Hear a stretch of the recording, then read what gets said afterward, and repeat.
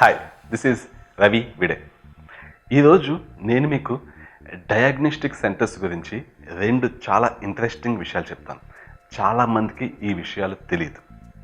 So first thing ఏంటి, basically మనం టెస్ట్లకి చాలా చాలా అమౌంట్స్ పే చేస్తుంటాం. ఫర్ ఎగ్జాంపుల్, నేను మీకు ఒక ఎగ్జాంపుల్ టెస్ట్ చూపిస్తాను. ఇప్పుడు మీకు స్క్రీన్ మీద కనిపిస్తున్న ఈ టెస్ట్ IGF-1 టెస్ట్. మన బాడీలో IGF-1 లెవెల్ ఎంత ఉంది అనేది చెక్ చేసే టెస్ట్. దీని ప్రైస్ చూసారా? ఒక్కొక్క డయాగ్నోస్టిక్ సెంటర్లో ఒక్కొక్క ప్రైస్ ఉంది. ఒక దాంట్లో 4500 ఉంటే ఒక దాంట్లో 2625 ఉంది. అలాగే మిగిలినవి వేరియస్ లెవెల్స్లో ఉన్నాయి.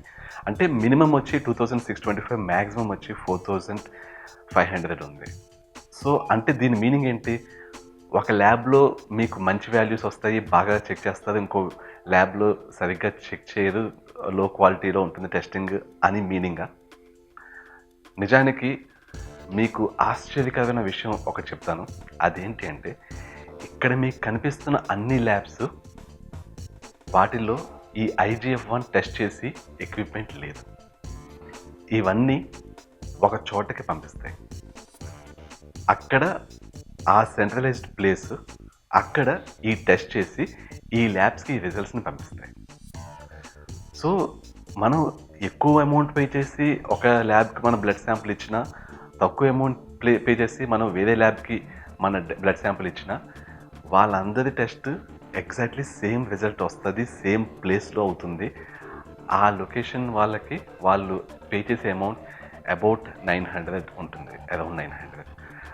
అంటే అక్కడ వీళ్ళు 900 పే చేస్తున్న దానికి ఒక ల్యాబ్ వాళ్ళు మన దగ్గర కలెక్ట్ చేస్తున్న అమౌంట్ 4500, ఇంకొక ల్యాబ్ వాళ్ళు మన దగ్గర కలెక్ట్ చేస్తుంది 2625. బట్ ఫైనల్గా మనకు వచ్చే రిజల్ట్ సేమ్. మనం ఎందుకు ఇంత ఎక్కువ పే చేస్తున్నాం? ఆ ల్యాబ్కున్న నేమ్ని బట్టి. అంటే యాక్చువల్లీ టెస్ట్ చేసే ఎక్విప్మెంట్ ఆ ల్యాబ్లో లేకపోయినా, ఆ ల్యాబ్కి బాగా నేమ్ ఉంటే మనం ట్రస్ట్ చేస్తున్నాం కాబట్టి ఆ నేమ్కి మనం పే చేస్తున్నాం.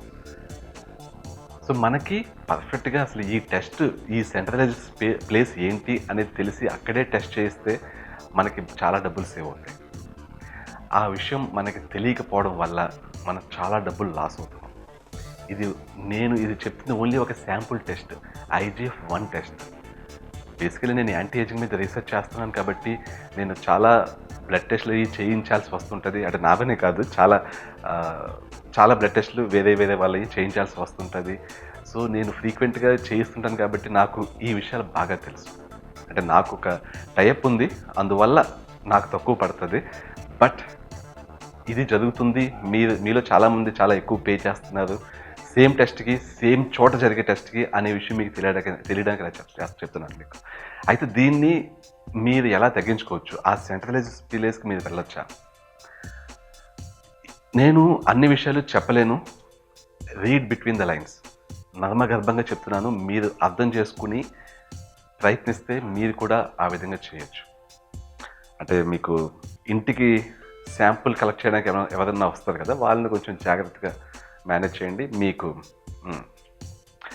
అన్ని విషయాలు తెలుస్తాయి. ఓకే, సెకండ్, ఒక విషయం అయింది కదా, సెకండ్ విషయం అదేంటి అంటే, చాలా ల్యాబ్స్, చాలామంది డాక్టర్స్, చాలామంది అన్నాను నేను, కొంతమంది డాక్టర్స్ వీళ్ళు థైరోకేర్ లాంటి రిప్యూటెడ్ డయాగ్నోస్టిక్ సెంటర్లో మనం టెస్ట్ చేయించుకుని ఆ రిపోర్ట్ తీసుకువెళ్ళినా కూడా మాకు ఫలానా డయాగ్నోస్టిక్ సెంటర్లో చేసిన రిపోర్ట్ అయితేనే మేము కన్సిడర్ చేస్తాం, ఏ మిగిలిన డయాగ్నోస్టిక్ సెంటర్ మేము కన్సిడర్ చేయం, మేము ట్రస్ట్ చేయం, సో అక్కడే మళ్ళీ టెస్ట్ చేయించుకుని రండి అంటారు.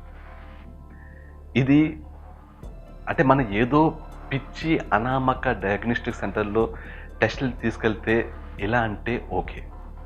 నేను థైరోకేర్ ఎగ్జాంపుల్ చెప్తున్నాను. థైరోకేర్ అనే కాదు, వేరే ఒక మంచి డయాగ్నోస్టిక్ సెంటర్లో మనం టెస్ట్ చేయించుకుని ఆ టెస్ట్ రిపోర్ట్స్ తీసుకెళ్ళినా కూడా కొంతమంది డాక్టర్స్ ఈ రిపోర్ట్స్ మేము యాక్సెప్ట్ చేయం, మీరు ఫలానా ఒక విజయవంతమైన డయాగ్నోస్టిక్ సెంటర్లోనే తీసుకురండి అంటారు. Read between the lines. So నమ్మగర్భంగా చెప్తున్నాను, అర్థం చేసుకోండి. ఆ విజయవంతమైన డయాగ్నోస్టిక్ సెంటర్‌లో మీరు టెస్ట్ చేయించుకుంటేనే ఆ రిపోర్ట్‌ని మేము యాక్సెప్ట్ చేస్తూ ఉంటారు. అంటే బేసికల్లీ అప్పుడు మళ్ళీ చచ్చినట్టు ఆహ్, ఈ రిపోర్ట్స్ మనం ఎంతో ఒక 2000, 3000 పే చేసి ఉంటాం. బట్ అదంతా వేస్ట్. అదంతా పక్కన పడేసి మళ్ళీ మనం ఆ విజయవంతమైన డయాగ్నోస్టిక్ సెంటర్‌కెళ్ళాలి. అక్కడికెళ్ళి అక్కడ ఒక్కొక్క టెస్ట్‌కి డబుల్ చార్జెస్ ఉంటాయి. ఫర్ ఎగ్జాంపుల్ మా ఇంటి దగ్గర ఒక మంచి డయాగ్నోస్టిక్ సెంటర్‌లో మనం ఒకవేళ 2D ఎకో చేయించుకుంటే ఇక్కడ 900, 800 రేంజ్‌లో ఉంది. అదే ఆ విజయవంతమైన డయాగ్నోస్టిక్ సెంటర్‌కెళ్తే డబుల్ ఉంది. అన్ని టెస్టులు డబులే. ఆ డబుల్ ప్రైస్ మనం పే చేసి ఆ విజయవంతమైన డయాగ్నోస్టిక్ సెంటర్ నుంచి మనం ఆ రిజల్ట్స్‌ని తీసుకెళ్తే అప్పుడు ఆ డాక్టర్ ఈజ్ సాటిస్ఫైడ్. ఎందుకని అంటే కొంతమంది డాక్టర్స్‌కి ఇలాంటి కొన్ని డయాగ్నోస్టిక్ సెంటర్స్ తోటి టైఅప్ ఉండడం వల్ల వాళ్ళు అక్కడికే పంపిస్తుంటారు. ఇది ఎంతవరకు న్యాయం? ఇది ఎంతవరకు నైతికం? Morally, ethically it is not right. ఎందుకంటే మనకి ఫర్ ఎగ్జాంపుల్ ఒక్కొక్క టైంలో థైరాయిడ్ వాడు డిస్కౌంట్ ఇస్తుంటాడు. ఒక్కో టైంలో 1 mg వాడు డిస్కౌంట్ ఇస్తుంటాడు. 1 mg వాడికి చాలా మంచి డయాగ్నోస్టిక్ సెంటర్స్ తోటి టైప్ ఉంది. సో వీళ్ళేంటంటే ఆ డిస్కౌంట్ ఇచ్చే టైంలో మనకి ఆ టెస్టులు చేయించుకోవడానికి చాలా తక్కువ డబ్బులతో మనకు అయిపోతుంటుంది. థైరాయిడ్ అనేది ఇండియా లెవెల్‌లో చాలా గ్రాండ్ స్కేల్‌లో చాలా ఎక్కువ శాంపిల్స్‌కి వాడు డైలీ టెస్టులు చేయడం వల్ల వాడి దగ్గర డయాగ్నోస్టిక్ టెస్టులు ఏమైనా చేయించుకుంటే తక్కువ పడుతుంది. అదేమి చీప్‌గా హైజీనిక్‌గా లేకపోతే అన్‌సైంటిఫిక్ వేలో ఏం టెస్ట్ చేయట్లేదు వాళ్ళు. వాళ్ళు ప్రాపర్‌గా టెస్టే చేస్తున్నారు. బట్ వాళ్ళకి వచ్చి బ్లడ్ శాంపిల్స్ ఎక్కువ అవడం వల్ల వాళ్ళకి హోల్‌సేల్‌గా వాళ్ళకి తక్కువ పడుతుంది, లాభాలు మిగులుతాయి. కాబట్టి వాళ్ళు ఆన్ అన్ యావరేజ్ తక్కువకి చేయగలుగుతున్నారు. సో ఇలాంటి వాటిని డాక్టర్స్ చాలామంది, కొంతమంది డాక్టర్స్ బేసికల్లీ యాక్సెప్ట్ చేయట్లేదు. Which is not right. ఇలా టైఅప్ ఇప్పుడు ఒక అనామకమైన డయాగ్నోస్టిక్ సెంటర్‌లో రిపోర్ట్‌ని మీరు ఓకే చేయలేదు. వెళ్ళి మంచి డయాగ్నోస్టిక్ సెంటర్‌లో చేయమన్నారు, జెన్యూన్‌గా చేయమన్నారు. అందులో నో ప్రాబ్లమ్ ఎట్ ఆల్.